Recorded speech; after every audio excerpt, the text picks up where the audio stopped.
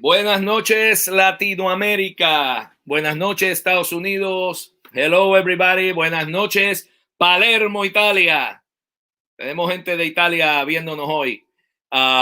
Welcome to Eggy Castrillo Presenta. Tonight we have an amazing show, amazing program with a lot of information. Tenemos un programa bien bravo con un montón de información y vamos a estar hablando en inglés y en español porque dos de los invitados no hablan español, pero voy a estar traduciendo lo que más o menos lo que ellos digan para que todo el mundo tenga la misma oportunidad de entender y de saber la información. Mientras tanto, bueno, bienvenido. Me alegro que estén conmigo esta noche una vez más. Quiero dar unos pequeños anuncios. Recuerden mi disco Palladium Tradition. ¿Ok? Palladium Tradition. Mírenlo ahí como se escribe Palladium. Palladium Tradition. Está a la venta para descargar en todas las portales cibernéticos. Así que bájenlo. Esto es con Big Band, Mambo Jazz. No se lo pierdan. Bájenlo. Esto es un tremendo regalo de Navidad y de San Valentín y de todos los regalos que vengan por ahí. ¿Ok? También los próximos programas que vamos a estar teniendo la semana que viene.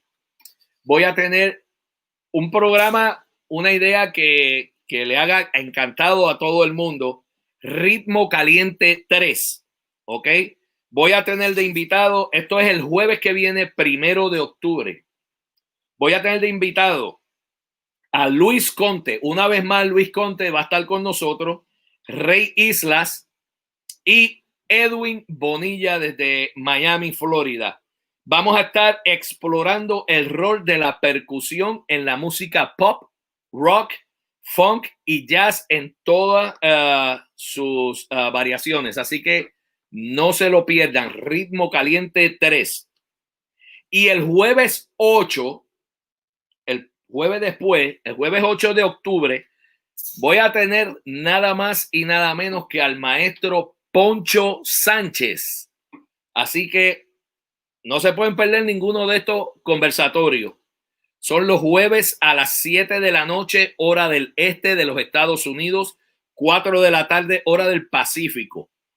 Así que no se lo pierdan estos dos jueves que vienen. Y tampoco se olviden de que todos estos programas se van a estar retransmitiendo por herenciarumbera.com. So, van a la internet www.herenciarumbera.com desde Perú. Así que ya empezaron 2 semanas atrás. El primero fue Pablito Rosario. Esta semana fue la nueva canción, el programa de la nueva canción. Probablemente mañana, la próxima semana, este próximo domingo va a ser Walfredo de los Reyes, pero estén pendientes, ¿ok? Walfredo de los Reyes Senior. Eso será domingo a las 10 de la noche, hora del este de los Estados Unidos, 9 de la noche, hora del Perú, ¿ok? Y ese mismo programa del domingo se va a volver a retransmitir por Herencia Rumbera el miércoles. Los miércoles es a las 12 del mediodía, hora del este de los Estados Unidos, Puerto Rico, y a las 11 de la mañana, hora de Perú. Así que no se lo pierdan. Son todos los domingos y los miércoles. Domingo y miércoles se repiten todos estos conversatorios. Y también están disponibles en YouTube, en mi página de YouTube, Eggy Castrillo Oficial. ¿Ok? Bueno, vamos a lo que vinimos, señoras y señores. Esta noche tengo 3 invitados de lujo. Gente que yo admiro, quiero y respeto un montón. Y vamos a estar hablando de las compañías de platillos, como pueden ver aquí, Zildjian, que son los que yo endoso, Remo, Big Firth, los palos Big Firth, y la nueva línea de percusión Carbono Percussion desde España. Ok, ahora yo los voy a invitar uno por uno para que los conozcan y entonces empezamos con el conversatorio. Recuerden que la sección de preguntas viene ya casi para el final, pero si quieren hacer alguna pregunta en el in-between, me la ponen por aquí. Recuerden que voy a estar hablando en español y en inglés. Voy a traducir las dos cosas. Ok, voy a empezar con el vicepresidente de los artistas de Relation de Zildjian y Big Firth. Por favor, démosles una buena bienvenida a Joe Testa. Joe, what's up? Eggy, how are you, man? Welcome to the show. Eggy Castrillo presenta. It's a big honor, a pleasure to have you here. Well, the honor is mine, sir. So you would even ask me to do this. This is great. I appreciate it. Well, man, you know, we're going to be talking about that, about you in between. Le estoy diciendo que vamos a hablar con él sobre todo esto y le estoy dando la bienvenida. I have to say, it not only is it an honor to be with you, but an honor to be with one of my best friends ever that you're going to put on now. I'm going to let you introduce him, but I'm so excited to be part of this with him. I think, Joe, that this guy is one of the best friends of everybody because I don't know one person that says something bad about my next guest. It's impossible. It doesn't exist. I agree. Okay, so let me introduce him right now. Director of Artists and Public Relations of Remo. Este es el director de los artistas y relaciones públicas de la compañía Remo, que son los que hacen los parches de timbales, de batería, de conga, bongo. Así que let's invite my brother from another mother, Chris Hart. Chris. Hey, E, how you doing? I'm fine. I have to say that Chris always call me E. So when you hear that he say E, that means Eggy. All right. Tengo que decirle que Chris siempre me llama ¿sabe? E en inglés. En vez de Eggy, E. So there you go. Chris, welcome. Thank you, E. You was listening to what Joe told about you, say about you. I was listening, and if I could just piggyback for just a second, it's an honor. It's an honor to be on your show for sure. But holy cow, you got me on with the greatest, Mr. Joe. And Come E, on. And E, here's something else for you. That's brother JT. It's true. There you go. And that's brother Chart right there. There you go. So this is gonna be a lot of fun. This is gonna be a lot of fun. Actually, let me tell you something. I have to say and you know that when I send you the emails to see if you want to do this, I was like, they don't want to do it, man. They have better things to do. And then Joe say, yeah, let's do it. And Chris, let's do it. I was like, oh my God, what are you gonna do now? You're supposed to say no. No. Let me explain Spanish. Chris Hart acaba de decir que es un honor estar en mi programa, pero todavía es más grande de compartir con uno de sus personas más favoritas, que es Joe Testa. So, él le va a llamar JT, ¿ok? Así que I'm thrilled, man. I'm so happy right now. Let me introduce the last part. Este es Jorge Pérez desde España, el creador, tremendo percusionista y creador de la percusión hecha de fibra de carbono. Se llama Carbono Percussion. Así que vamos a invitar a Jorge. Saludos, Jorge. Jorge. Ahí está. Okay, ¿Qué tal? Hello, everybody. It's yo my tengo pleasure. Yo tengo el mío aquí. All right. Jorge, saludos, bienvenido al programa. Vamos a tener un ratito bien chévere hablando de los instrumentos Carbono. We're gonna be talking about the Carbono instruments in a little while and all your background. So once again, guys, thank you very thank much. you for having me here. It's my pleasure to be, of course, with you, Eggy, and with Joe and Chris. I've been a fan of your products forever, so it's a pleasure, really, to be sharing with this time with you guys. Same here. Same here. Great. Likewise. Anyway, guys, I think the first question has to be, how are you doing during this pandemic? How is everything you personally, what are you doing in this 6 months, in the last 6 months? Chris? That's an interesting interesting question. So I'll make this brief. Believe it or not, I just went back to work on Monday after 6 months. Wow. So I'm very thankful, and blessed and thankful to be brought back to Remo, and the 6 months was just incredible. I have to say, and it was maybe August where I was starting to worry a little, but then I got the call to come back, and but I still feel for the others that haven't got the call to come back, but they're always in my heart, and I do feel a guilt there, but I am very thankful to be asked to come back. So, but other than that, I'm fine. I'm great health wise, and just ready to get back to work and knock out some things and do what we do.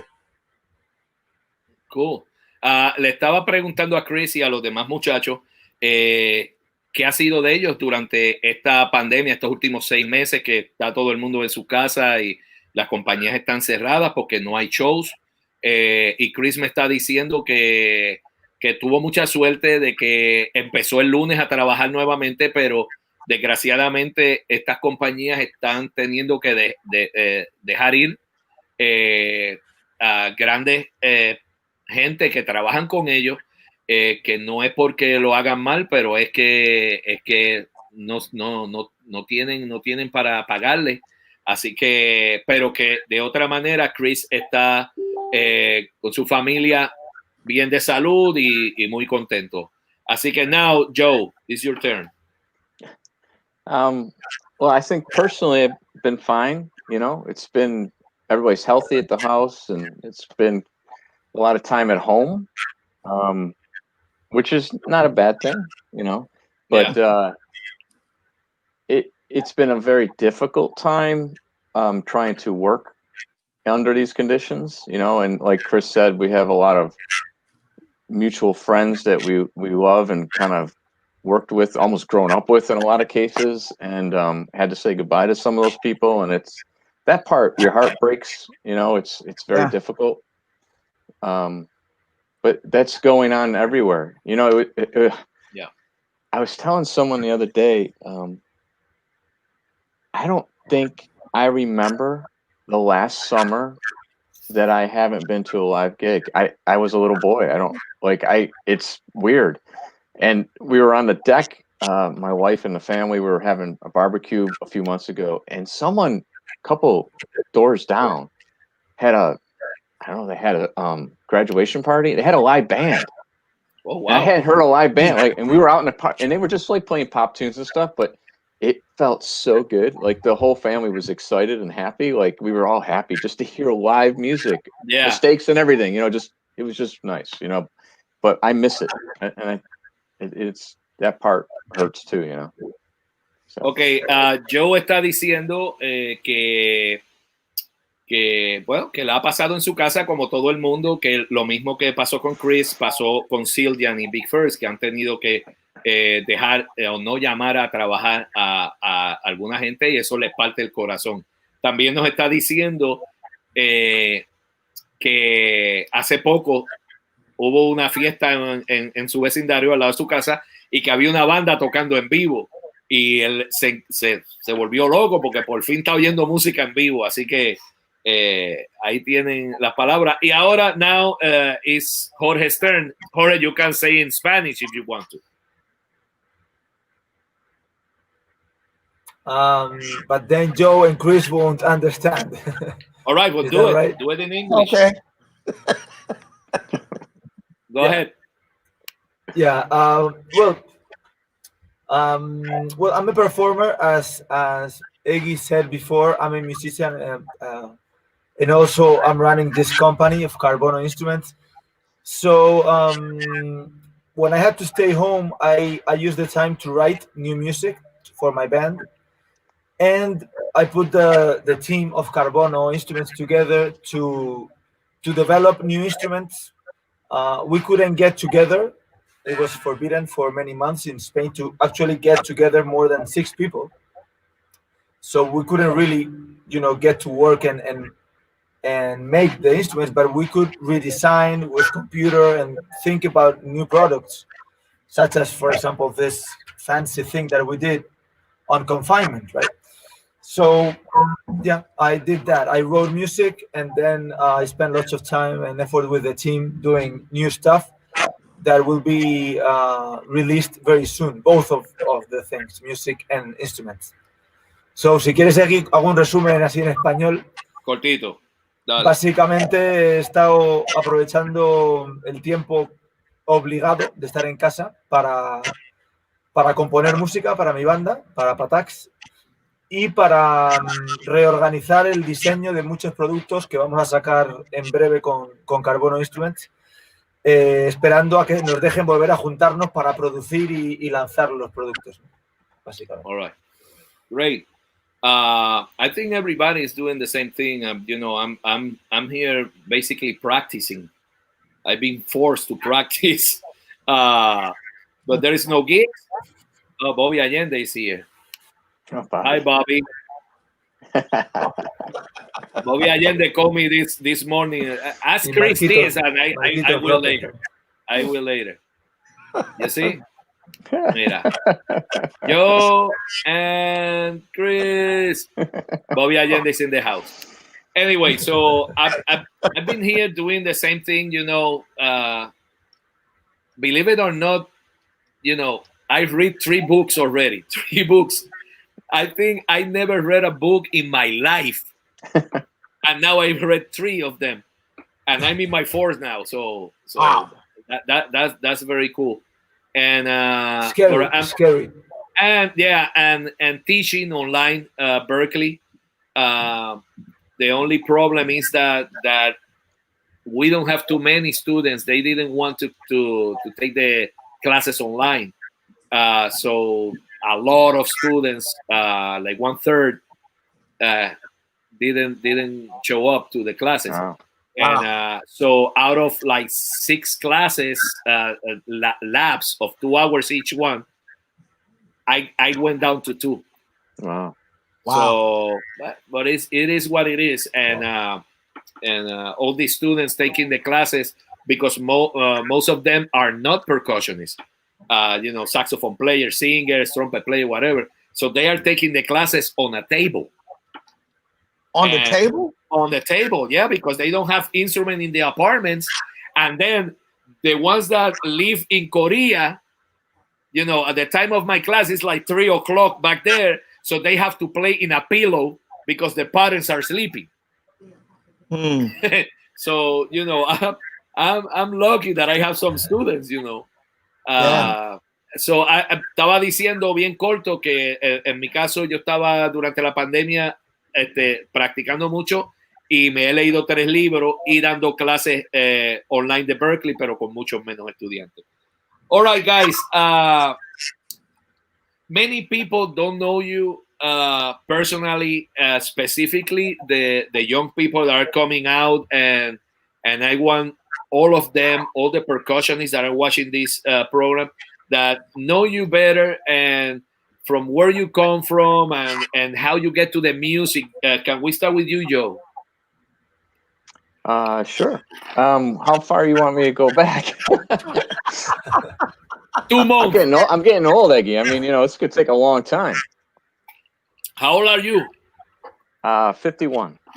Nah, but you look 50. You're okay, man. You've always been so kind. Go ahead. No. The important part. All right. So I guess originally from Rochester, New York. Went to Crane School of Music up in SUNY Potsdam. Oh. From there, I went to New York City, worked for, I don't know, well, you guys will remember DCI Music Video. I know Chris knows that. Yeah.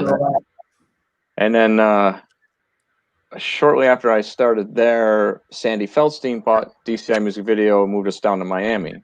I think, Chris, that's where you and I first met in 92, right? 92, 93? 92. With Raul Gillis. Yeah. My godfather. So I worked down for Sandy Feldstein for about 5.5 years. It was CPP Bellin, and it became Warner Brothers Publishing. And in 97, went to LA to work for Yamaha, doing arts relations for the drum set department. And then that ended in 2009. And then 2010, I started at Vic. And shortly after that, Vic sold to Zildjian, kind of merged. And about 3 years ago, I got involved on the Zildjian side as well as and maintained the Vic stuff as well. So you're doing both. Yeah, and yes, and also Mike Balter mallets as well, because we did buy Balter as well. Oh, okay. That's right. But you play drums? Yeah. I mean, though I don't play much anymore. It's hard, but yeah. I see a lot of gold records back there. That's not from me. That's from artists that have been kind over the years. No.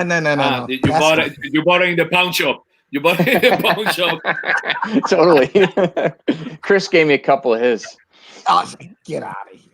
Bueno, Joe está diciendo que él es de Nueva York, estudió música allá en SUNY en Nueva York y rápidamente se mueve a Washington DC, donde trabajó con la compañía que vino a ser Warner Brothers, que hacían videos, libros. Ed Uribe make a book with Warner Brothers. Yeah, Joe.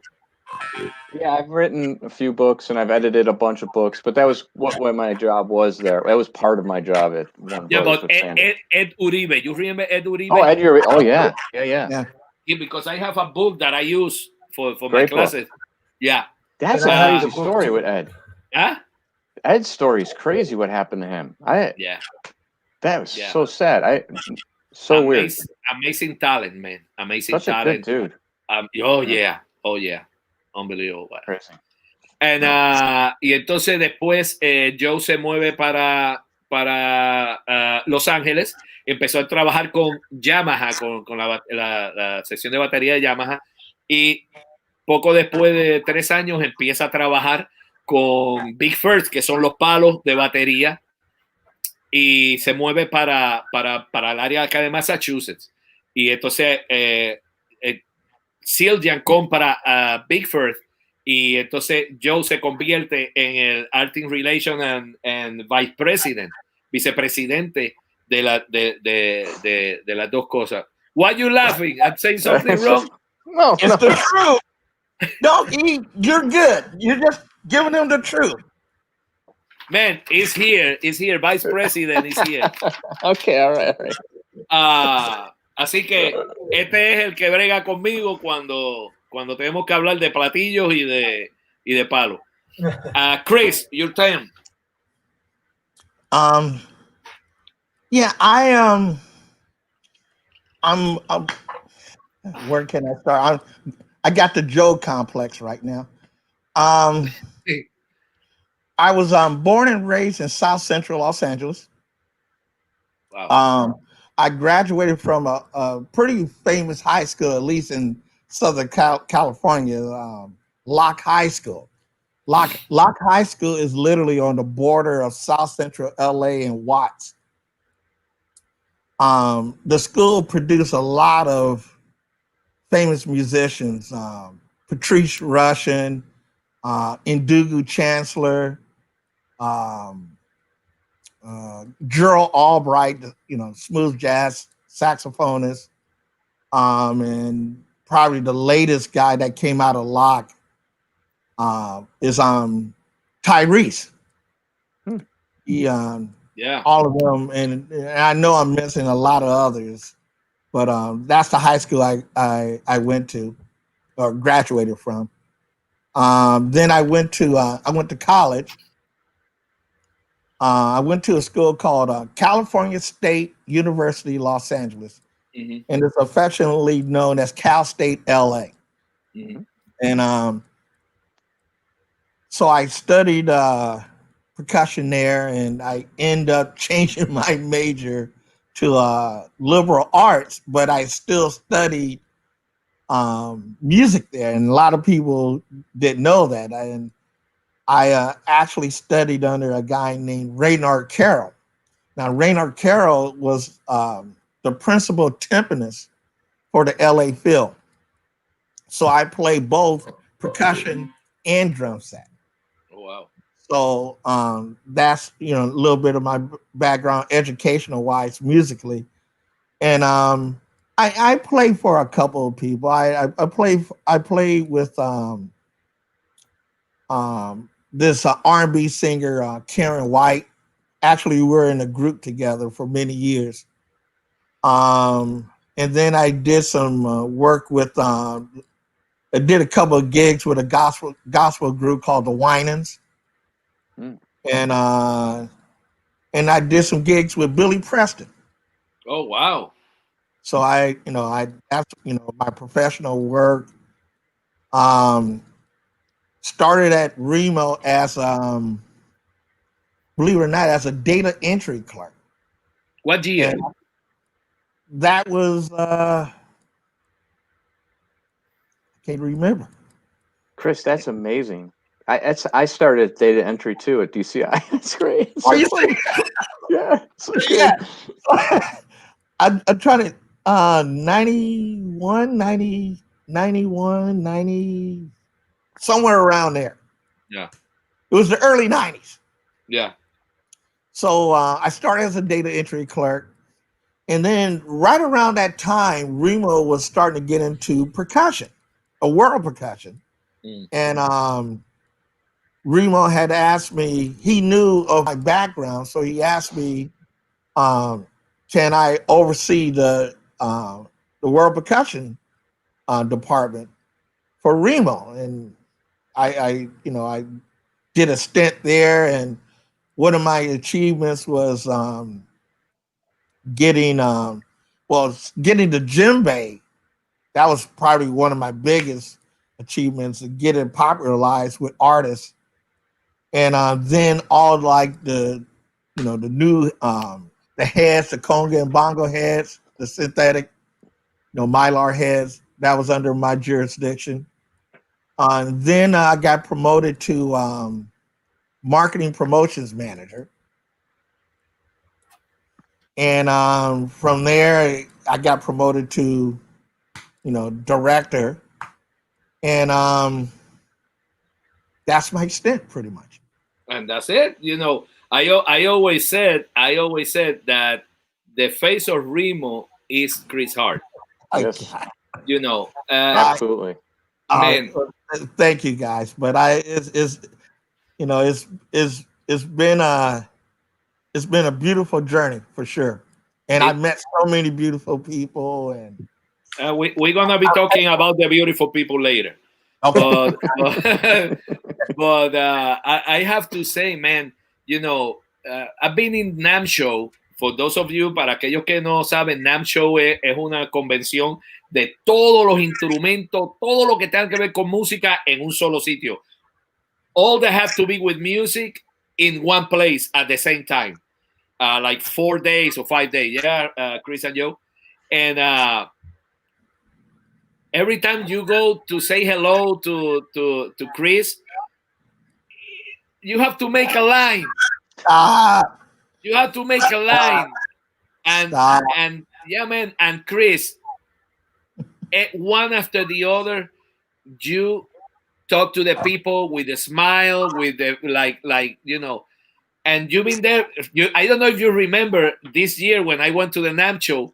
It was like always, almost like because talking to everyone, I said, Chris, don't talk.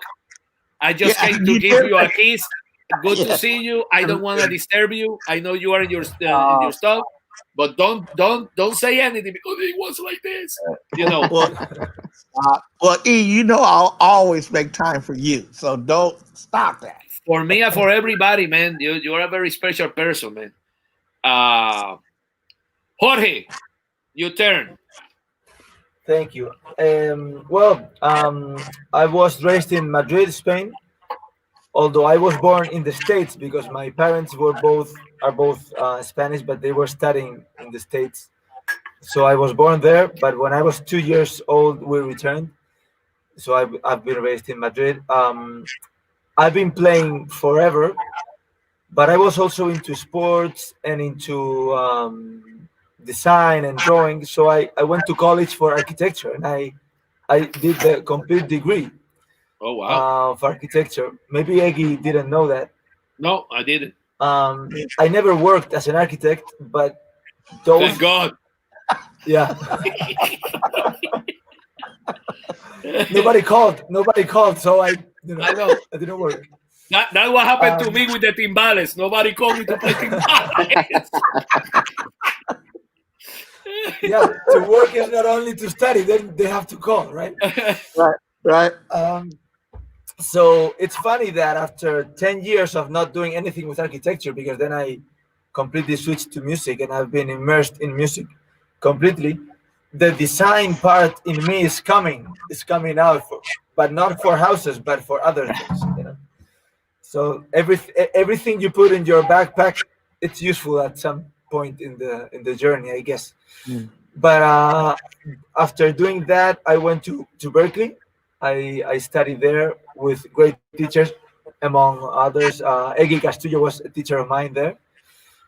And yeah, and a friend. Eggy is one of those persons that is very welcoming from the beginning. So besides being a percussion master, he was also a smiley face from the beginning, and that was very welcoming and very helpful for people that come to a new city, and everything is new, many students, many talented people, and then you go to that basement at the Uchida building and there's this welcoming environment. Not only Eggy, also Ernesto and Mikey and Mark Walker. So I remember that basement as a very friendly place. It's empty now. It's empty now. Full of congas. Yeah, congas and cymbals, drums, but no souls. Yeah, but not for long. I'm sure it hopefully will be soon. So I graduated at Berkeley. That was 2011. Returned to Spain, put my band together, and I've been living out of my band for these 9 years. Mostly the last 4 or 5. The beginnings, are harder, and there were more people on stage than in the audience. But then things evolved, and now we are doing good. We are doing festivals internationally, and so that's my way of life.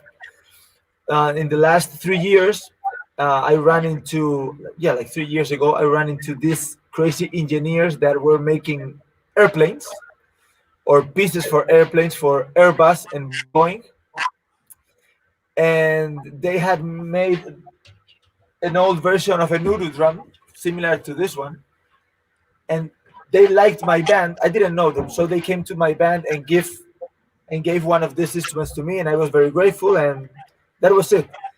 And that night, I said, wait, are these guys doing this out of carbon fiber? So I didn't realize when they appeared at rehearsal.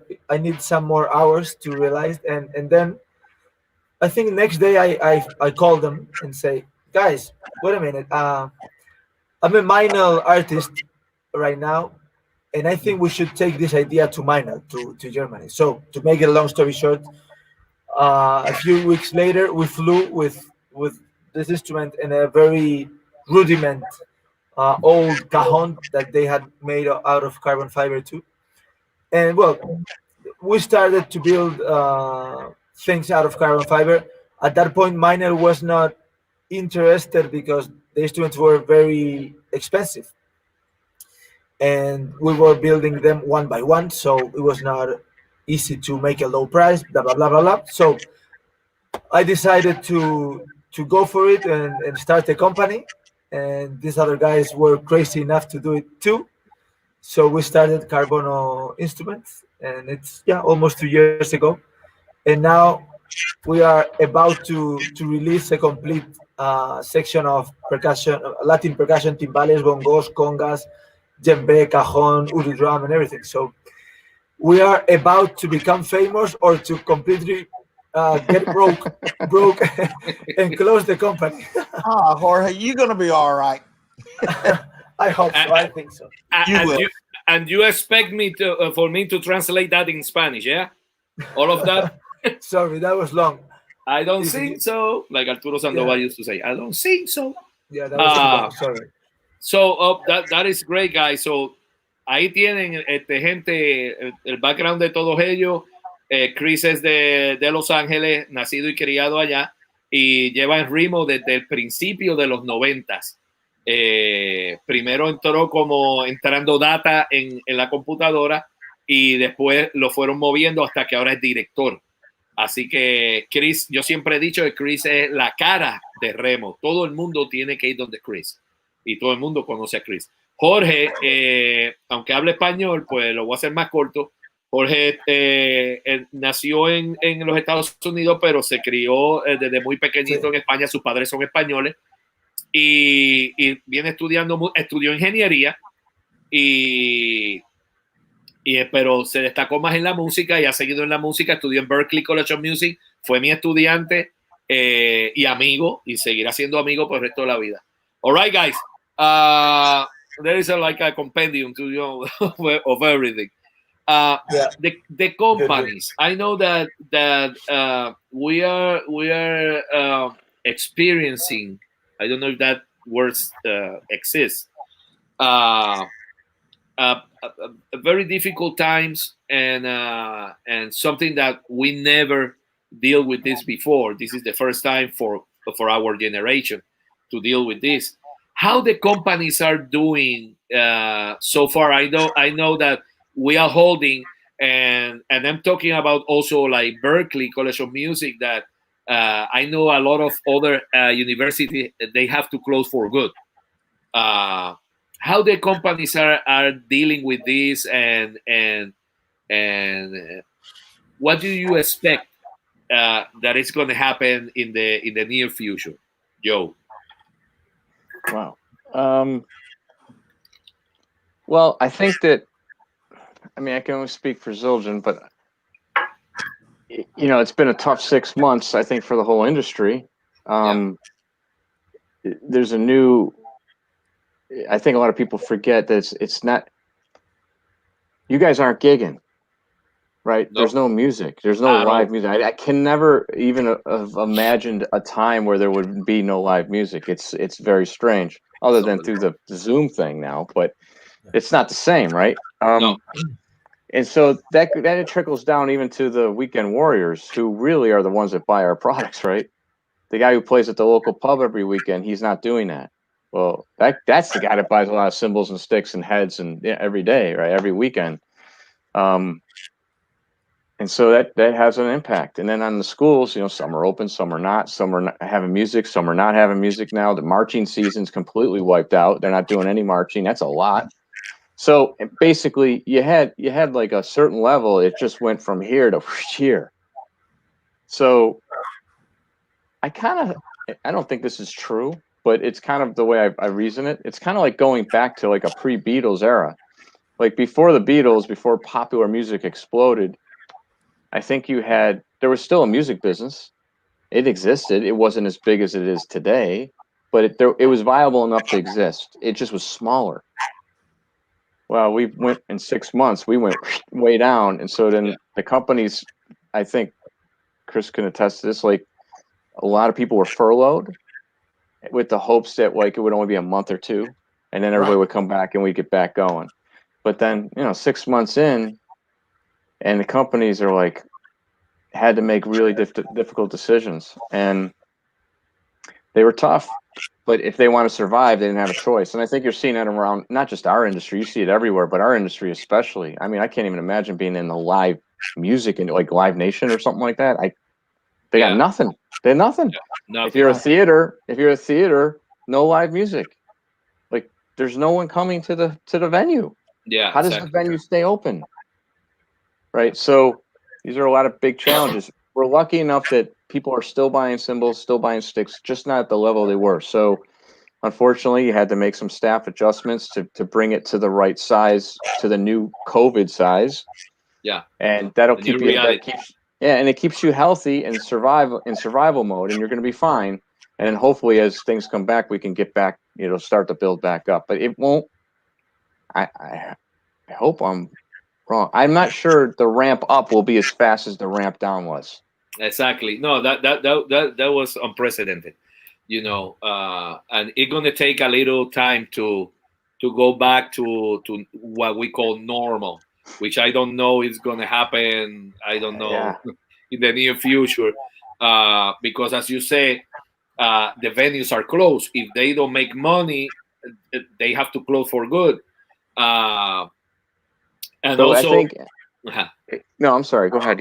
No, go ahead. No, I was just gonna say, I think now doing the tough decisions is if the certain companies had to do that, but now they're healthy for this environment.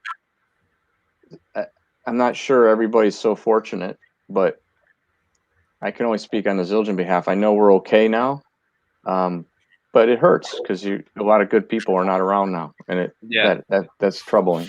And and then it hurts to look at all the artists who are like not gigging and they're struggling. So is everybody struggling? It's like Yeah. So, but we'll get through it.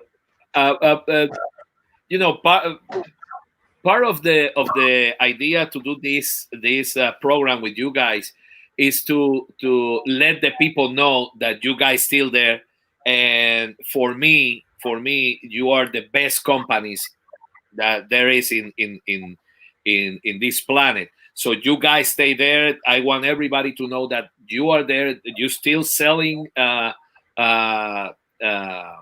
cymbals, the sticks for Big Firth, and all of that. The only problem is, the reduction of personnel in the companies.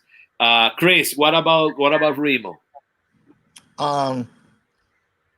Yeah, like I said earlier, this is literally my first week back to Remo, and I had a chance to speak with like the president and my boss and the chief financial officer, and they gave me like their assessment on now or what's going on now, and it's everything that Brother Jay said, about the condition and where the company is. It's a hard struggle. All of us, all the companies. I know about Zill because I'm very close to Jay, and I know they went through a struggle. I know Remo went through a struggle, but the one thing that I'm learning about this whole situation is it gave Remo a chance to restructure and correct the wrongs. And I don't know if you could understand that, but if you go like, and we're nowhere close to Vic and Zill, but if you go like 60, I think it's 63, 64 years that Remo has been in business, and you've been doing things one way for so long, and then now this pandemic, this COVID-19 hit that literally shut us down. It gives you a time to reflect, analyze, and try to correct things that didn't work, or from the past. I think that's what where we're at right now, and from my understanding, talking to everybody, whereas we corrected some things. We have to adjust to some things, and we're hoping that the plan that we have right now would, help us in the future. And That's a really good point, Chris. yeah, and I think that's, I think that's going to probably be for, Jorge, for Brother Jay, and definitely know for ourselves. But it gave us, we looked at the situation. It's not the best situation, but now looking into the future, we have to be optimistic. Yep. We gotta keep a positive attitude. We gotta, we know that it's gonna come back. We know the entertainment is gonna come back. We know that, like, you and Jorge and countless other drummers and percussionists out there is going to start back playing one day. And I think for, like, excuse me for speaking for Joe and Jorge at this point, but we know that's going to happen. We need to be prepared for that, and I think it's going to work out some way. So we're optimistic that things are it's going to be a new normal, and we just have to stay positive that we could get through it. But it's I got to say, on the other side, it's been tough. Yeah, what Aggie, what he said that's so great is I think that the smart companies are taking the time to figure out how to fix those things. Like Chris said, every company's got their thing, but it's so busy you never have time to address it. And so when this happened, I think it allowed people to go, "Hey, now we can finally fix this." Exactly. So exactly. and that's a really good point by Chris. That's definitely, and it's the optimistic way of looking at it too. Yeah. At what point, guys, the artists that basically you support, or in my case, you guys count me as a family in your company. At what point the artists contribute to that reload, or whatever we can call that, Chris? I don't. You know what? And I hope that this, what I'm about to say, is taken the wrong way. But it will. Go ahead. But it will. and JT knows that I speak my mind, so it's coming. So here it is, Jorge. I don't think there's nothing artists can do right now. Just you keep doing what you do, and we're gonna keep doing what we do. Good. I don't have to deal with that now. Yeah. Now, Jorge and Brother Jay, they might have, something different. I'm pretty sure they do, but I'm certain that there's nothing. Because we depend on you just as much as you depend on us. But right now, this is something that's out of your hands. Yeah.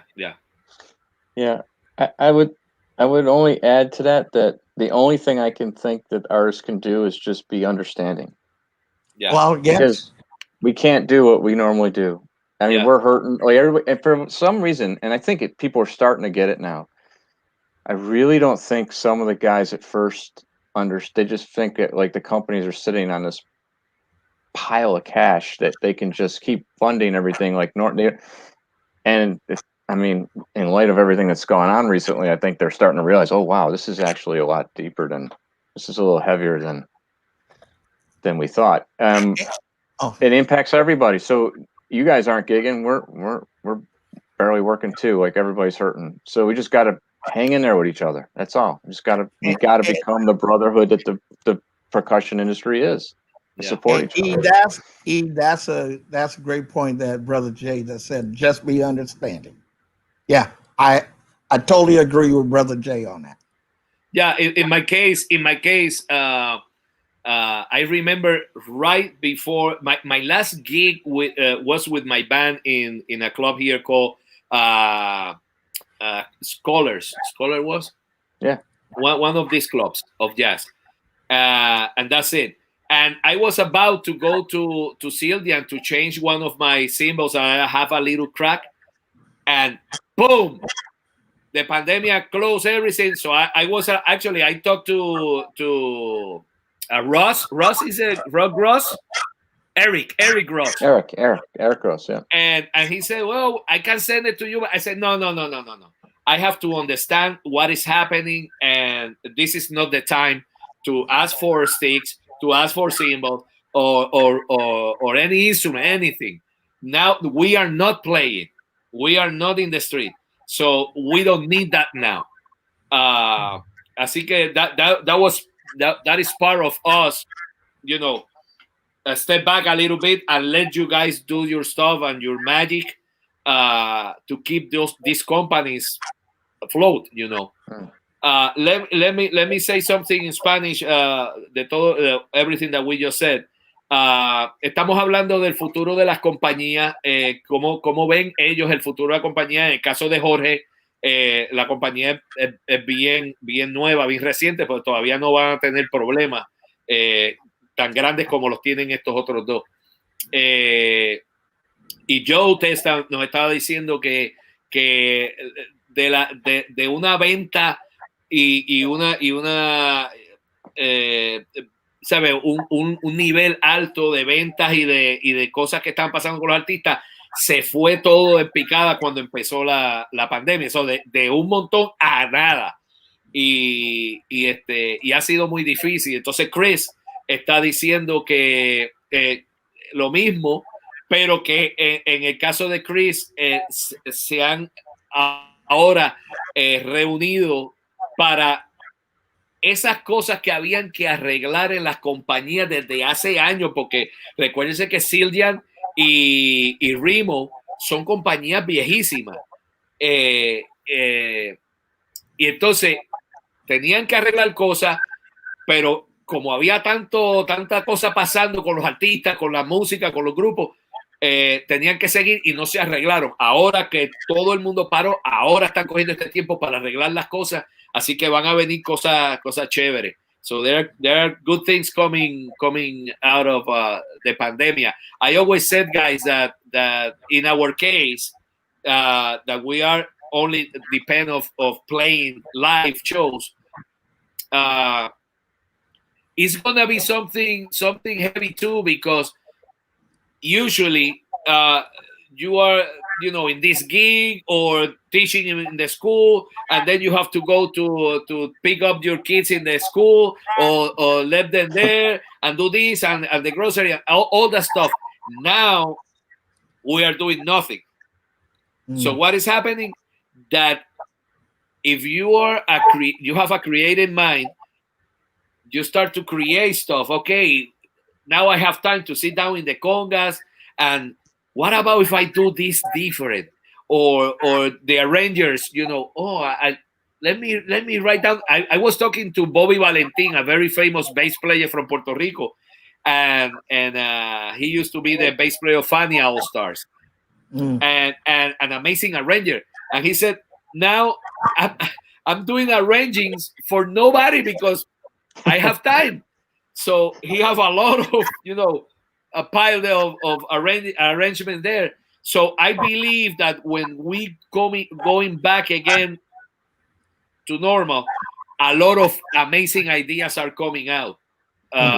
Groups arranging and stuff like that. And Jorge can tell us about that, because Jorge, you have to hear Jorge's group is called Patax. Usted tiene que oír el grupo de Jorge, se llama Patax.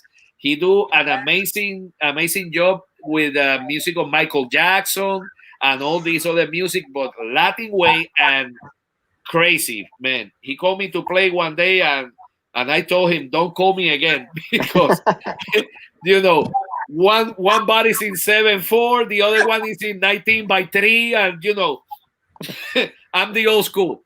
But yes, sir. But good things are coming. Good things are coming. Yeah, Eggy. if you don't mind, I wanted to add a little thing, which is, Go ahead. yeah, my situation, to answer your previous question, is very different from Joe's or Chris, since their companies, Zildjian and Remo, are giant, as you said, and super old, long tradition.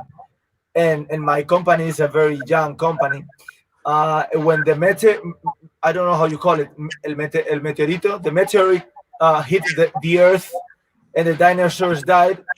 The dinosaurs died because they were the huge ones, and it's harder to keep a giant alive than a small animal. So I'm sure you guys had a super difficult time rearranging your whole huge machinery, and I didn't. We were lucky to not have to do that because we are still a little company. For example, we are only selling online, so we don't have to deal with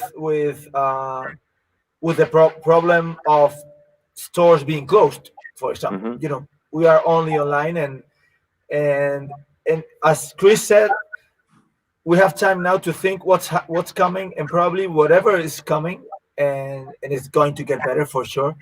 It's not going to get better, but the same. It's going to be better, but probably different in many ways. Yep. And one of the ways is we have to take care of the online part of things. People are used to, for example, this conversation we are having.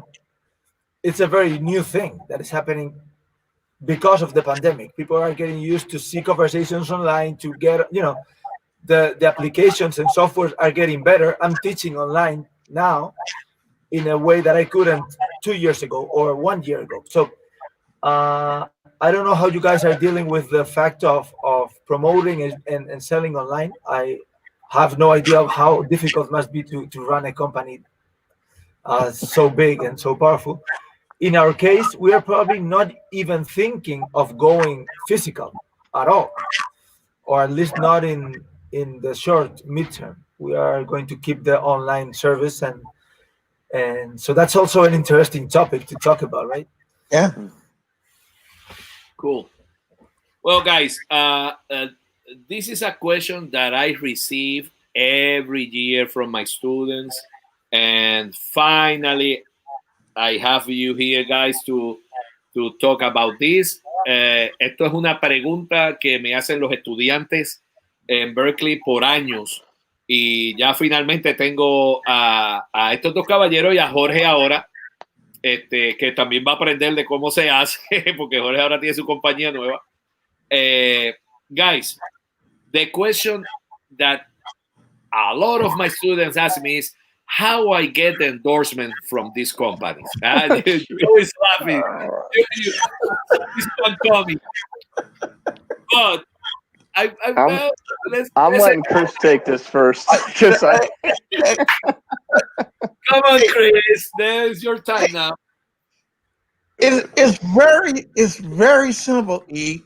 All you got to do is call 800-888-8888 and ask for Joe.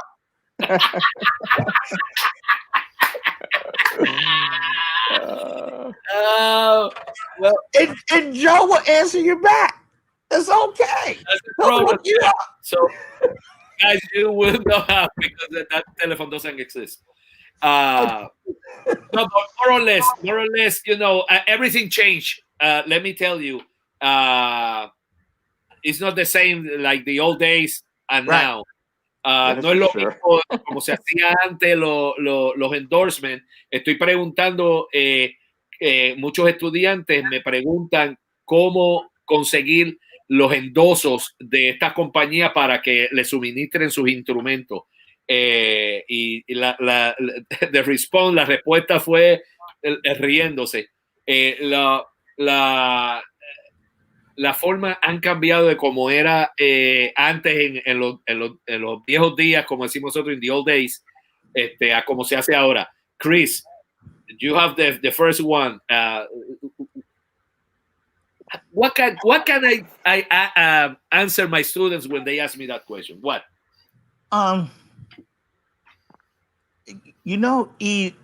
It's a tricky question. I know. It's tricky, and I think the best way I can answer this, I'm going to answer it in a Remo way because, different companies, analyze in different ways. And I totally respect that. It's not like one way is better than the other and stuff. But believe it or not, and I think Jorge and especially Brother Jay could contest to this. Literally, we get asked that same question as well, and especially at now. Hint, hint. It's bad joke. Sorry. So the best way I can answer that is,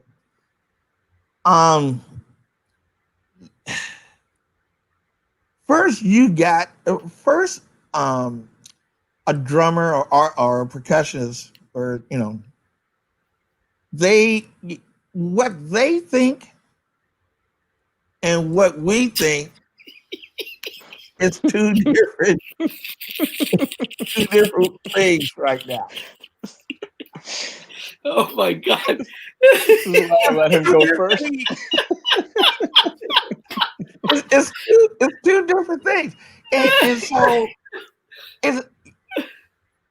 I want to tell this quick story. It's going to be quick. No, take your time. So I remember, I told my dad, I had got promoted to, my first promotion was with, I was the marketing promotions, oh boy, that wasn't my first one. I was over marketing for the World Percussion Division for Remo. And I told him what that all entailed. And so I remember my dad looked at me and it's like, artist relations, what is that? and so I explained to him what artist relations was. And I'm going to tie this whole thing in. So when I explained to my dad what artist relations was, he gave me the strangest look and he said, wait a minute. I've been driving Ford cars for like over 40 years. Can I call Ford and ask them for an endorsement? Yeah. And I stood there like, man, what are you talking about? But then, through the years, I always thought about that. And it's okay, I get now I'm getting what he's saying. So to tie this whole thing in, we get so many requests from drummers and percussionists wanting to endorse the product. The problem is they want to endorse the product because they like it and they've been playing it all their life. That doesn't mean you get an endorsement deal. Yeah, exactly. And but that all kind of relates back to that conversation I had with my dad many years ago. And so to try to help you, E, it's going to take a while. It is, especially now with what we're going through. Yeah. It's going to take a while, and it is going to take some patience. With young drummers or old drummers and stuff. But I still feel the credentials or the requirements is pretty much the same. Now, who are you playing with? Exactly. Is what you're doing going to be influential to the market and to the brand, whether it's for Jorge's company or Brother Jay's company, any Yamaha, DW, whoever. Is what you're doing is significant enough that we could come together and help. You can help us and we can help you. Yeah. And if you can't answer that question, then there's a problem. Yeah. All right. And I know Joe can answer it way better than I just did. But you know what? I'm gonna be very nice and I'm gonna translate some of that in Spanish. That way Joe can think what he's gonna say. Okay, I give you That's time. dangerous. Okay. La pregunta fue que hacen la pregunta que me hacen los estudiantes en Berkeley, muchos los jóvenes, es cómo conseguir los auspicios, los endosos de las compañías, como le hacen a los grandes percusionistas o músicos. Y después de un titubeo, porque es un tema muy delicado esto, y no tiene una respuesta categórica o la única, tiene diferentes formas de hacerlo, pero básicamente Chris lo que está diciendo es que tiene que demostrar cómo va es la marca de ellos a promocionarla a través de su música. Muchas de estas veces es tocando con grupos importantes, grandes, que los instrumentos se van a ver en la televisión, en un show, en cosas así. No quiere decir que por estar tocando desde chiquito Remo, los parches de Remo o los platillos de Zildjian, eso ya te da el derecho a que te den un endorsement. No, puedes estar tocando 40 años los platillos y si no tocas con nadie y no estás demostrando ese instrumento para que tú los ayudes a ellos a venderlo, no va a pasar. Now it's Joe's turn. Okay. So first, everything that Chris said is true. It's dead correct. So let me take it from a different route. Let's go a little bit more to the roots of it. It should always be about music. Okay? So your students, their job is to be studying music. Exactly. Not endorsements. Exactly. They're not doing it. They're studying. They're supposed to be studying to make their music the best it can be, so that they can someday get a gig and influence people. So if they focus on music and study music, they'll become a better player. And don't get preoccupied like, squirrel. And like the endorsement thing is not even something should be on your radar. Yeah. In fact, when you're a student, you should be trying every instrument you can to figure out what actually represents your musical voice. Good point. That makes sense for you. Exactly. Right. Once you find that, then you should just zero in on that and stay with it, whether you get an endorsement or not, because ultimately it's supposed to be your music that you care about, right? Exactly. If you're chasing endorsements, you're not thinking about your music. And trust me, if you're making an impact, we're going to find you. Because Eggy's going to call me and say, hey, man, I got this kid who's slamming. You got to check him out. Well, when Eggy does that, I'm going to go check him out because that means something to me. Or if Bobby says something or David says something to one of us, we're looking at those people because they're not going to recommend somebody to us and put their reputation on the line if it's not. So just focus on music and finding your sound. And then we'll find you if you're playing our instruments. Yes, sir. Everybody's got it backwards today. I don't understand. I get it, because when you're young, you don't have a lot of money, and first of all, the idea that an endorsement means free gear, like just back the truck up and we'll load it up for you. That's insane. That them days are over. Especially now. Good. Yeah, especially now. I mean, so Chris Hart was right. Joe is going to explain this a little bit better. No. You was right, man, on the money. Let me explain this in Spanish because this is a very important. Joe, you put very important points there, and this is something that I was telling exactly that to my students, but I want to hear from you, and I'm going to pass to the rest of the audience. Como saben, la pregunta que le estaba haciendo es lo de los endosos, cómo conseguir endosos, que es lo que me preguntan todos los jóvenes. Aparte de lo que dijo Chris, Joe dio en algo muy importante. Los estudiantes deben estar preocupados por estudiar. estudiar música y concentrarse en estudiar música. No estar buscando endorsement o instrumentos gratis, porque de eso voy a hablar ya mismo. Tienen que dedicarse a estudiar la música bien. Tú no buscas, el estudiante no busca los endosos. Las compañías, si tú eres bueno, te van a encontrar a ti. Así que eso es un punto muy, muy importante que yo puse en la mesa. Así que para todos los que están oyendo, que son estudiantes y que algún día quieren que una de estas compañías los represente o ser parte de la compañía, recuérdense que no es así de que yo toco más rápido que o yo toco más que aquel, o durante la juventud estar pensando en que yo quiero que me regalen estos instrumentos. Eso no es así. Preocúpense por estudiar y ser buenos músicos, que al fin de cuentas eso va a pasar. Y lo otro que yo estaba diciendo es que no se crean que después que se les da un endoso van a llegar con un truck y les van a llenar el truck de instrumentos. Eso no es así tampoco. Así que this is a very good conversation, man. You know, coming from you guys.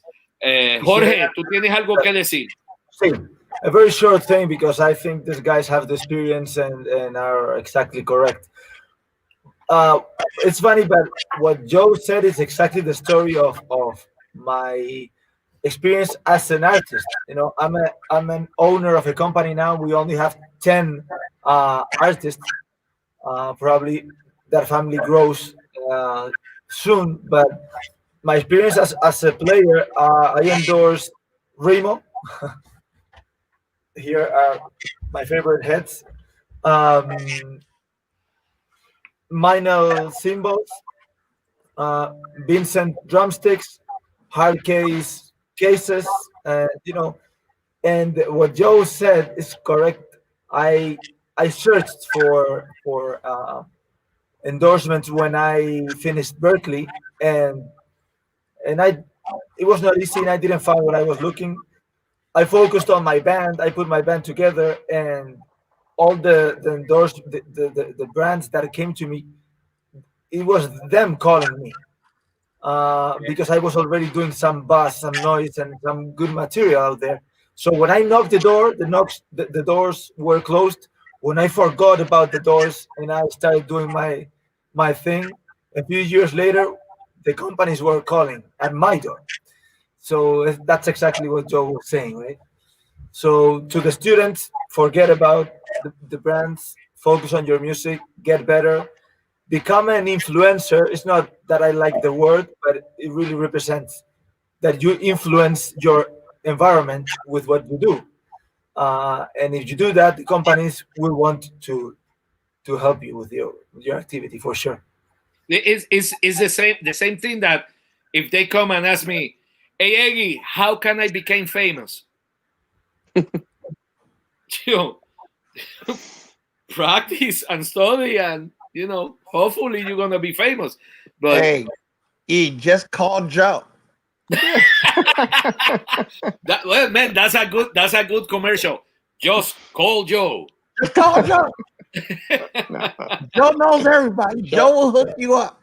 But I'll give you Chris Hart's cell phone number. Yeah, right away.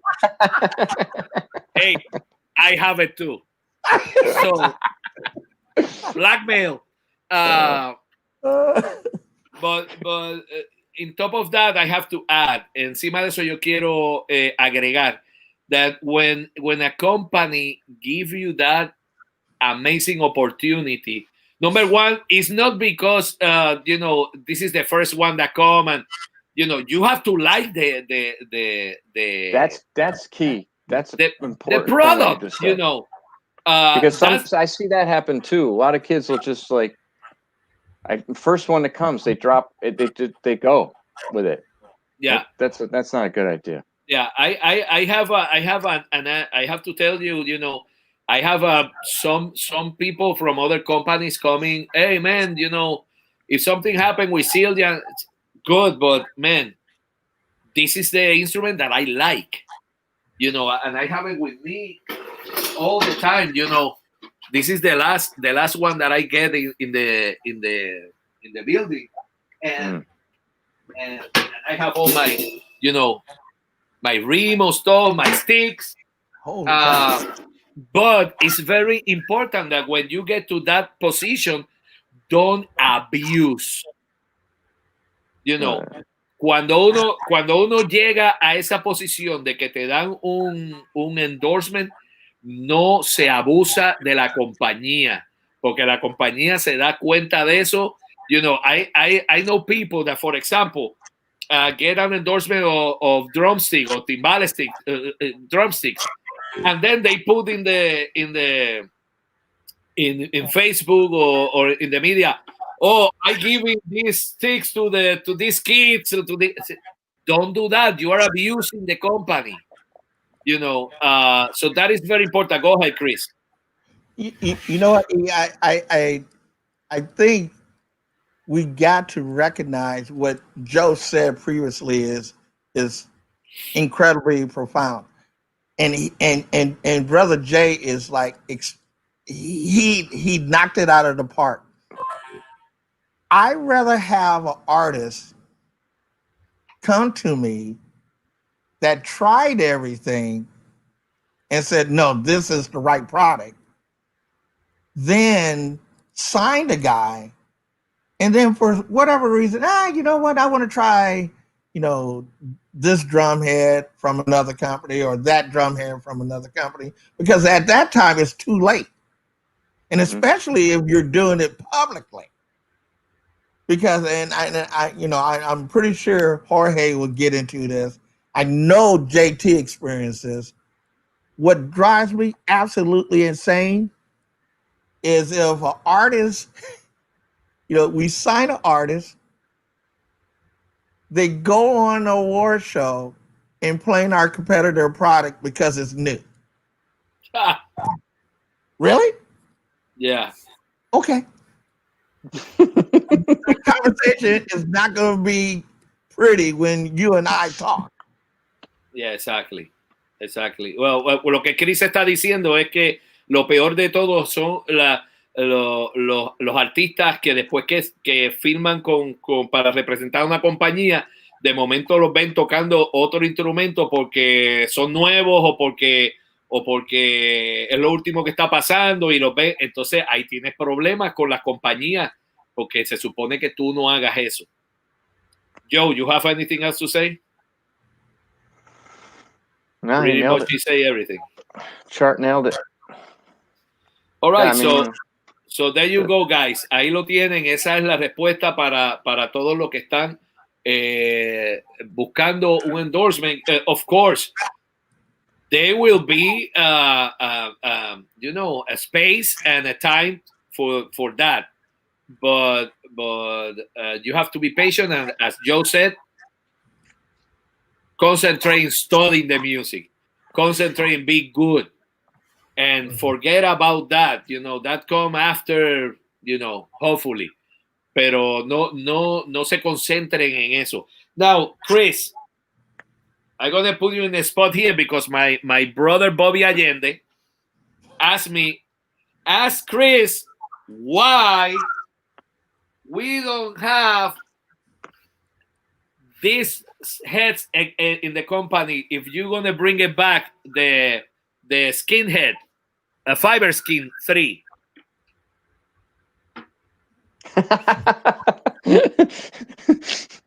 One weekend, man. Yeah, take your time. Take your time. Take your time. Good luck. Okay. All right. Brother Bob, I love you to death. You know that. I love you to death. You might want to take that head that E has. No, this is mine. Well, hold on to it because we ain't going to make it again. We're done. And so the story is, so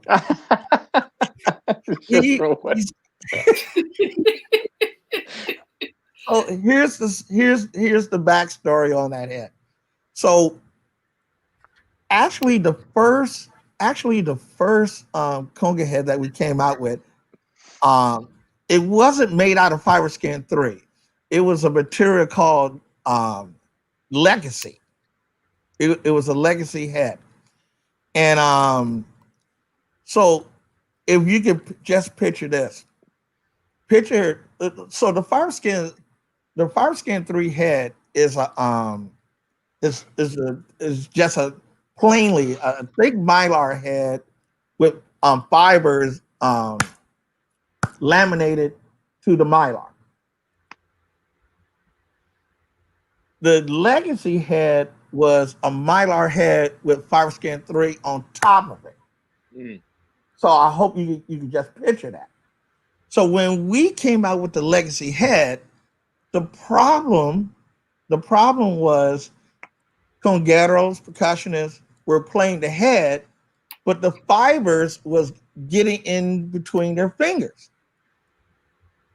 And with some, they were getting allergic reaction from the fiber and the whole bit. So our R&D team came up with a way where they could just laminate the fibers into the mylar. And that came out with fiber skin 3. Oh, okay. So now what happened was it's just technology just, we caught up with technology. The actual head was had slits all around. And so what we did was there's a material called Tyvek. The Tyvek is the brown layer that you see around the head. Now, E, if you were to take the head that you have and you look inside of it, you'll see the slits.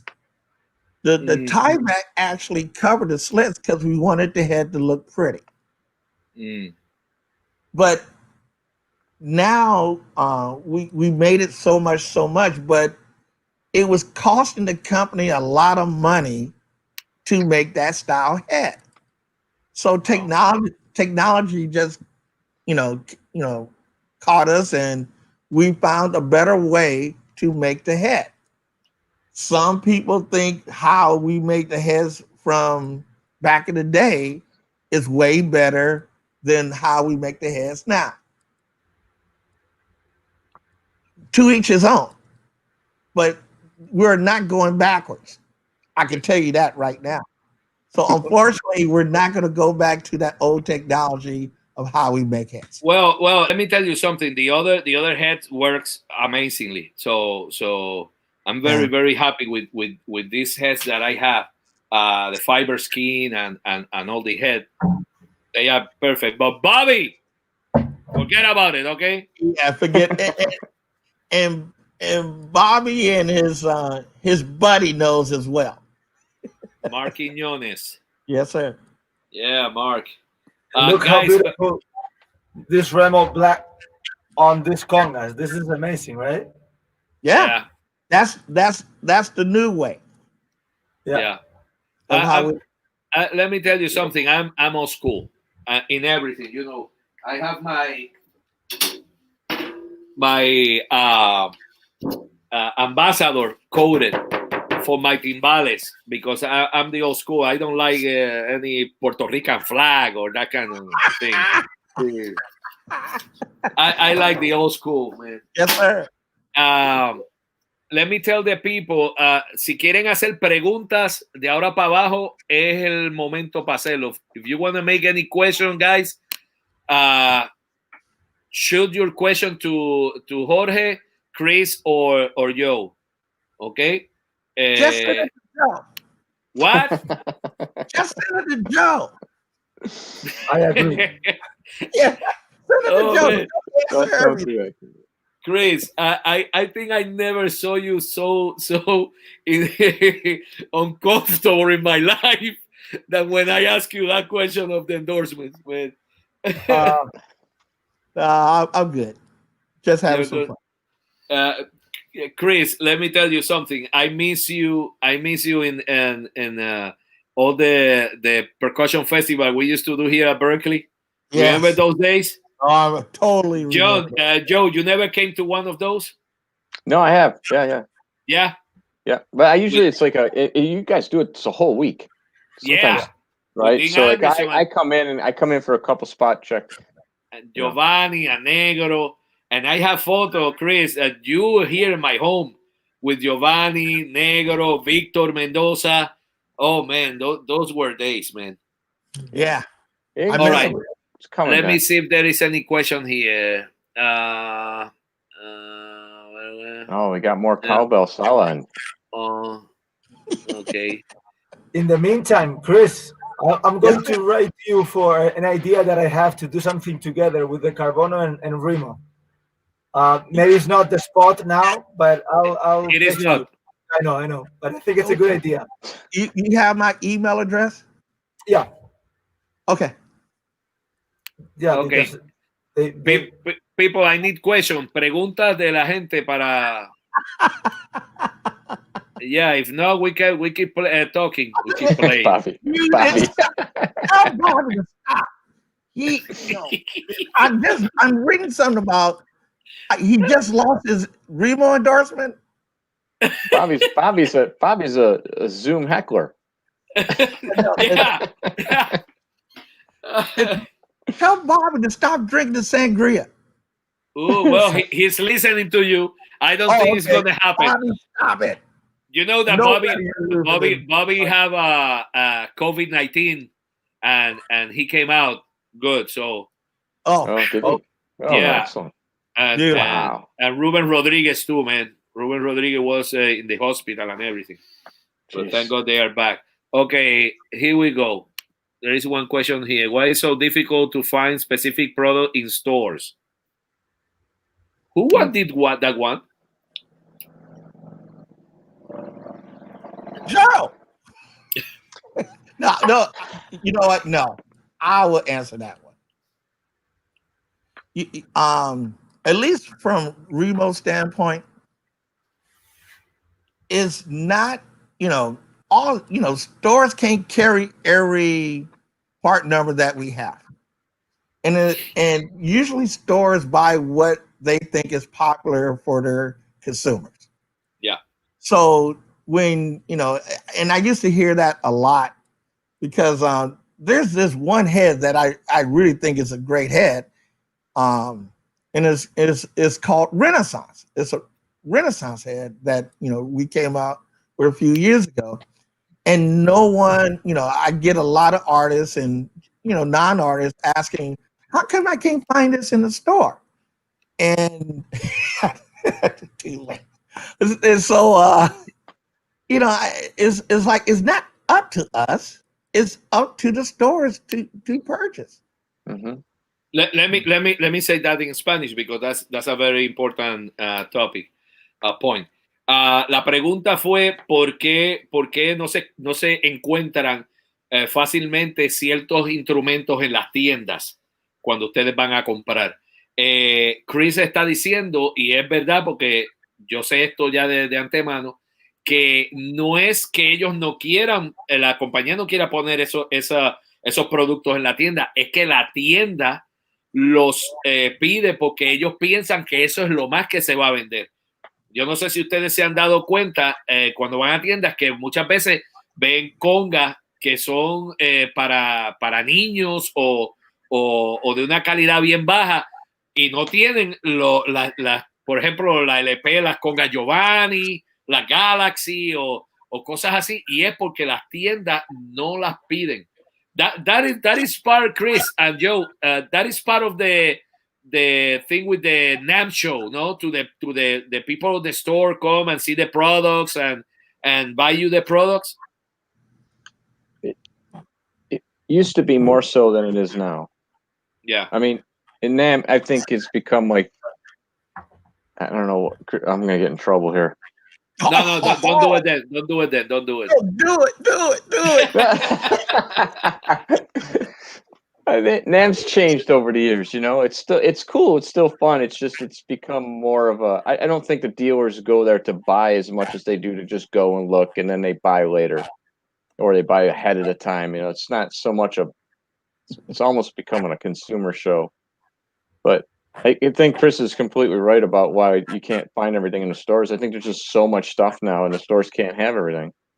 Yeah. You can buy, like, if you go to either Zildjian.com or VicFirth.com. I don't know if Remo's doing this yet, but you can buy everything online.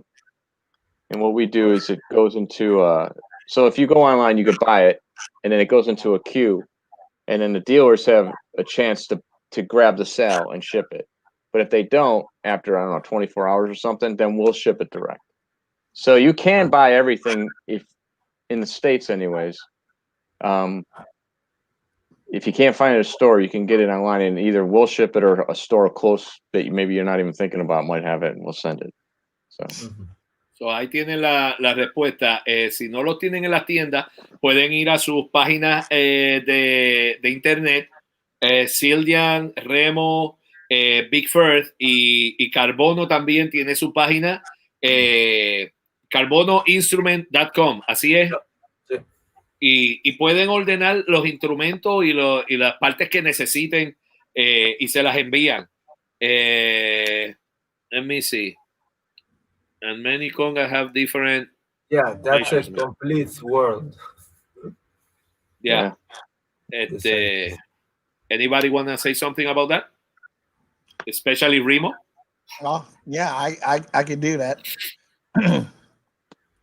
So, Bobby is absolutely right. Excuse me. Bobby is absolutely right with that question. Many congas have, many different measurements. When in the past, Remo, when we were getting into the Mylar, conga, and bongo heads, that was a big issue for us because LP can have, LP can say that a quinto is like 11 1/4 inch. Then Toca could say it's like 10 and something inches or whatever. So those measurements for, quinto, conga, and tuba, depending on the companies, is can be, slightly different in a lot of ways. Yeah. So the one thing that, we try to do is standardize, measurements, just like what we did with drum heads. Because back in the day, drum heads, for drum set was just all over the place. And, and at one point, if you're playing like a kit, say like a 10, 12, 14, 22-inch bass drum, 14-inch snare, well, back then, you could have had, like, the drums could have been like 10 3/4, 11 5/8, 14 or 16 and whatever odd measurement. So one of the things that Remo was trying to do was standardize, how, drummers make drums in, whole numbers. So, so if you make a 10-inch drum, it's 10, not 10 1/4, 10 3/4 or whatever. So you got 10, 12, 13, 14, so on and so forth. And then when we got into the Mylar conga head thing, it was pretty much the same. We were trying to make it where it was like, 11 3/4, and that tuba could have been like 12 1/4, 12 and a half or whatever, because those were the most popular sizes when we researched all the companies like LP, and then I think it was Afro back in the day. Then it just became like Pearl, Toka, and then you got into the later years with Mino and Tycoon and stuff like that. And everybody pretty much came on board. The only company that we had issue back in the day was, believe it or not, Gombach. Gombach had, Mariano, he kept to, his original sizes. So out of all those companies, the one that, gave us, the headache, because we couldn't make a head to fit their drums was gomba. Oh wow. That's probably why you see a lot of gumbox with real skin. Yeah, that's the reason. I'm telling you, that's the reason. Yeah. Because That's for us to adjust the dies to make the heads will cost a lot of money. Yeah. Only for one side for what that brand. Yeah. But even going back to like the line of drums that they were making big tumbas back in the day. Yeah. And we only went to like, I think 12 and a half. Yeah, they have. I remember I used to have a Toca Super Tumba. And what size was that tumba? I think it was 13. See? This is 13 right here. This is a Tumba 13. Yeah. Yeah. So wow. Let me explain Spanish a little bit. Los parches que hace Remo, Bobby Allende, el gran percusionista puertorriqueño, puso un punto, y es que no todos los parches le sirven a todos los estilos de conga, y el Remo ha tenido que bregar con ese problema, que el único marca que no se puede poner ningún parche Remo es los gumbox. Por eso ustedes ven que muchos de los gumbox están con cuero de verdad, no cuero sintético. Well, guys, I think we are getting to the end here. If anybody quería añadir una pequeñita cosa, sorry, just a little hint. Because when we built these congas, we learned something that maybe some percussionists don't know yet. Of course, Chris knows. Which is, one thing is the size of the crown of the head. For example, the standard conga is 11 3/4.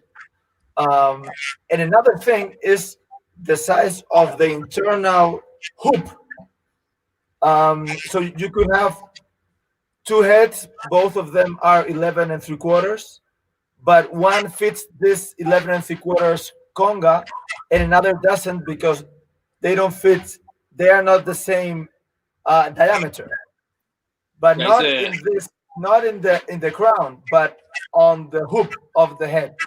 So that's another dimension that you have to take care. For me, I've been going to stores and I buy an 11 3/4, for example, and then it doesn't work on my conga, because there is another specific number in the heads, like D6 or C4 at the end of the code, which relates to the size of the hoop, not the size of the crown. So for those of you that didn't know, be aware when you buy a head, you have to take care of two numbers: the size of the drum, of the crown, and the size of your hoop. Jorge, dije eso en español. Vale. Concentrado. Sí, una cosa para que a lo mejor le puede ser muy útil a los que no lo sepáis, para que no perdáis tiempo a la hora de comprar un parche Remo, es que hay que tener en cuenta dos parámetros, no solo uno. Por supuesto, el parámetro principal es el parámetro de la corona, el crown, que es, por ejemplo, en una conga estándar es 11 3/4. Ese es el parámetro del tamaño del parche, ¿vale? Como dice David Romero, crown sizes. Pero hay otro segundo parámetro que es muy importante también, que hay que tener en cuenta, que es el del aro metálico de la parte de abajo del parche. Hay, por ejemplo, en Remo hay parches que son de 11 3/4 y luego tienen hasta 3 distintos acabados del diámetro inferior del aro. Hay que tener cuidado con eso, porque no todos los parches valen a todas las congas, y tú puedes querer comprar un parche tumbadora de 12,5 o de conga de 11 3/4, que es estándar, pero luego no te funciona bien con tu modelo de conga. Por ejemplo, las congas Carbono ahora son completamente compatibles con LP, pero no con Miner, porque tienen el parámetro del aro distinto. Y eso afecta al sonido del instrumento. Por supuesto, y al asentamiento del parche en el del tambor. Exactly. Well, there you go in Spanish, guys. I have to say before we go, because I don't see any other question around. I have to talk about this drum, the Carbono instrument that Jorge and me have there. Other than an amazing sound that this instrument have, the other thing is the weight.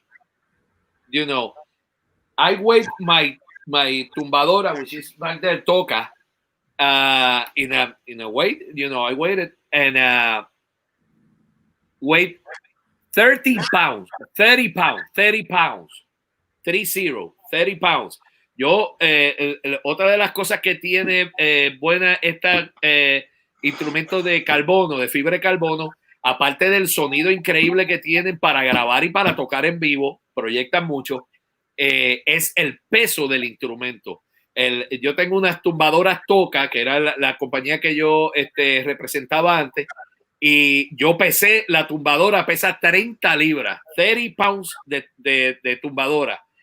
The tumbadora of Carbono weight 12 pounds. It's a difference of 18 pounds. Wow. So, la tumbadora de carbono, de fibra de carbono, pesa 12 libras nada más. Una diferencia de 18 libras entre una y la otra. That is a lot in your back.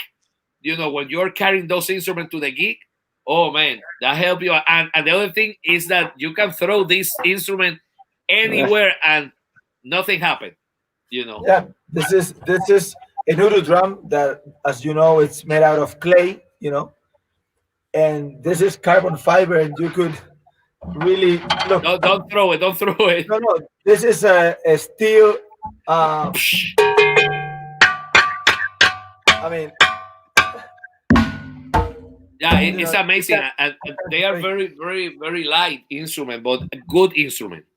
Amazing sound. So I have to put that out. Leggy, you haven't seen this. Look at this new thing. Oh, a snare. Yes. There you go. Jorge, how expensive are those things, man? Carbon fiber is not cheap, right? That's the issue. Okay, this, for example, this snare, this is a 14 by 5, like a standard size. It weighs only 4 pounds. Yeah. So how much? And it's $850. That's actually not bad. That's So it's not. I remember we made that carbon fiber kit for Tommy Aldridge at Yamaha. And at the time it was so expensive. That was like a long time ago. Those drums, he still has them. They sound amazing too, man. Complete drum set. Yeah. Wow. Can I ask Jorge a question right quick? What? Can I ask Jorge a question? No, Sure. no. Please. I'm going to ask you a few questions. Go ahead. For a very affordable price. Yeah. I accept PayPal. Go ahead. Yes. So Jorge, the sound projection out of that drum, your drum, compared to a wood drum, what's the difference? Depending on what other drum.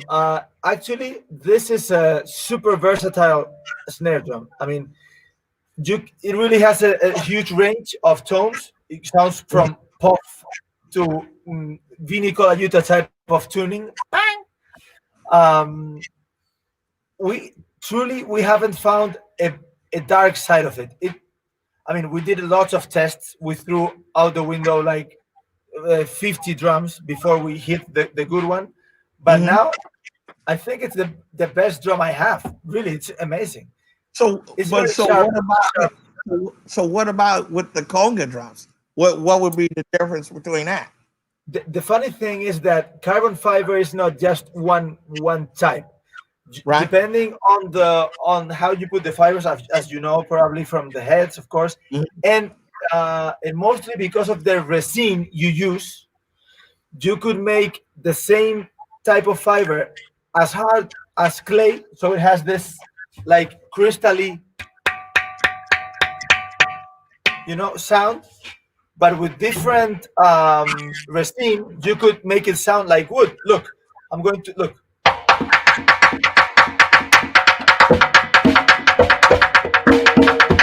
So it's the same material, but with different resin, different temperature when you make the model. So the outcome could sound as wood or as clay. It's really impressive. It all depends on the temperature and the resin you use. Wow. Okay. The thing, when I've heard carbon fiber before, it's shocking how warm it sounds. Right? Like you wouldn't think carbon fiber would be warm, right? But it sounds, it's actually a beautiful sound. It's kind of shocking. Yeah, well, it doesn't make sense. They are doing trombones and stuff like that of carbon fiber. And Eggy is our first timbal endorser, and you have to hear the cascara. The cascara really sounds like a cascara. Yeah, right. And with the same material, you can make something sound like clay.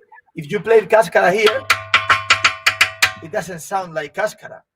But if you play it here, this is a conga, not a timbal. Timbal is in the lab, but you really get the sound of the metal, thin metal cascara. So it really the carbon fiber is the core of it, but then depending on the direction of the fibers and of the resin, you change the ending, the tone. Okay. Wow. Is your carbon fiber source, is it over in Spain? Yeah. Yeah, that's the next thing that we have to work with that, the distribution here in the United States. But that's another topic. Probably I need suggestion from you guys for that, but I'll mail you and ask some things in order to learn from you guys. Well, you have the best right there next to you right now. I know. Well, guys, I think we are done. I think we cover a lot of areas. I let one question out of the program because I don't want to put you in a spot, but I think it was a good program. I think yo creo que se cubrió mucho. Aquí está la información para el resto del tiempo. Lo pueden seguir viendo en YouTube, en mi página Egui Castrillo Oficial, and also you can contact me if you have any question. That's my email, eguicastrillo@berkeley.edu. Si alguno de ustedes tiene alguna pregunta para mí, me pueden escribir a mi dirección de email ecastrillo@berkeley.edu. Y recuérdense que Berkeley es con 2 E al final. L-E-E. Berkeley's with 2 E's at the end. Not at the Berkeley in California. So guys, thank you very much for your time, for all that knowledge. Thank you. I have to say thank you for treating me as a part of the family. For me, it's very, very important, the treatment and the way that you guys work with me, and the same way I work with you. And I'm very proud of being part of the family. And I have to say, yo tengo que decir que Zildjian, Big Firth y Remo y Carbono ahora, Fiber Carbono Instruments, son los mejores instrumentos que ustedes pueden encontrar en el mercado. Zildjian, Big Firth, Remo, and Carbono instruments are the best that you can find in the market now and yesterday and 200 years ago. So thank you very much, guys. I'm gonna let you now say whatever you want to say at the end, and God bless you and stay safe, Joe. I can't add much more to what you said. I just thank you very much for asking me to do this. It's an honor to participate this, especially with, like I said, one of my best friends there. And Jorge, hopefully we'll become better friends as we get to know each other. But I hope. thank you very much. I really appreciate the chance to be able to be here. And hi to all the guys, David and Bobby and everybody. Don't mention Bobby too much. Chris.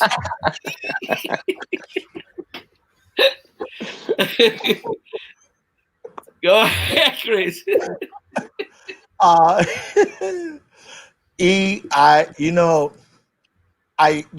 think the world of you, not only as a artist but as a human being. I just, family is important, and just like what Joe was saying, I'm just honored. I'm honored to participate in this, and believe it or not, this is like the first, whatever you call this, I ever done. I never participated in something like this, and I do thank you, for giving me this chance, and Brother Jay said, it's an honor to be with that guy, because he's family to me, and Jorge, we're gonna grow our relationship together, in the future as well. But I'm honored, and I hope that people who are looking at this have learned something, because between the four of us, and I think we got some information or knowledge that we should be sharing to the whole world. So I thank you from the bottom of my heart, Jorge, for giving me this opportunity to express myself. Well, this is your first time, and probably gonna be the last one. Anyway, no. Plenty time. I tried. Take a snapshot of this. Is over. Oh man, Chris, I miss you so much, man. Jorge, ahora te voy a dar la oportunidad. But guys, Jorge, Chris, and Joe, you know that my house, my home is your home. The plate is on the table for you guys and your families. You are family for me, and I have more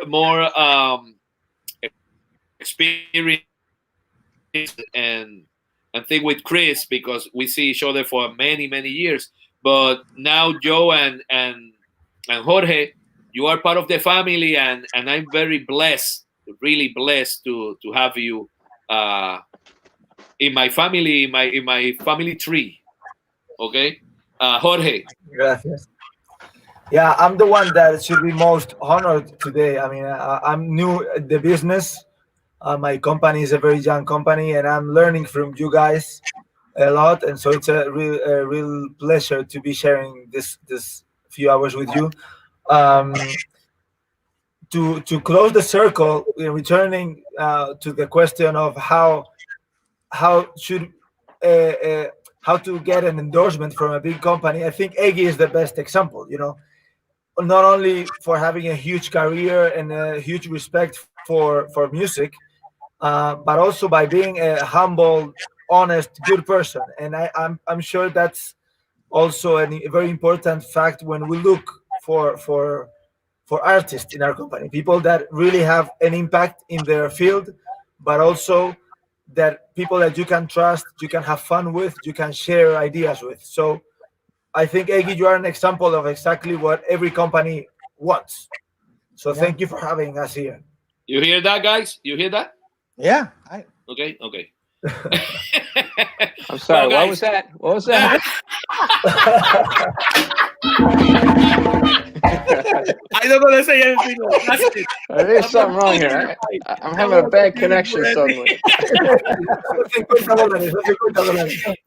Sorry, I can't hear you. It went mute. Okay, let's start from the beginning again. All right, guys. God bless you. God bless you. God bless your family. Please stay safe. Clean your hands. Cover your mouth. Social distance. And we see you pretty soon. Yeah. All right. Thank you for your time. Thank you, guys. Y al resto nos vemos. Buenas noches. Ahí tienen el programa. No se olviden, la semana que viene tengo a Luis Conte, a Edwin Bonilla y Rey Islas. Next week I will have Luis Conte, Rey Islas, and Edwin Bonilla. Is called Ritmo Caliente 3, and we're going to be talking about the percussion, the role in the percussion in the pop, rock, funk, and jazz. So no se pierdan esa. And October 8th, I have Poncho Sanchez. Así que so this one was good because Poncho Sanchez have to be in English too, and my English, like Celia Cruz used to say, my English is not very good looking, you know. So I guess we were the opening act. Yeah. The warming up. I was warming up. Poncho, it works, okay. Thank you very much. Nos vemos, gente. Buenas noches. Que viva Puerto Rico y viva Latinoamérica. Take Bye, care, guys. Bye-bye. Bye. Bye.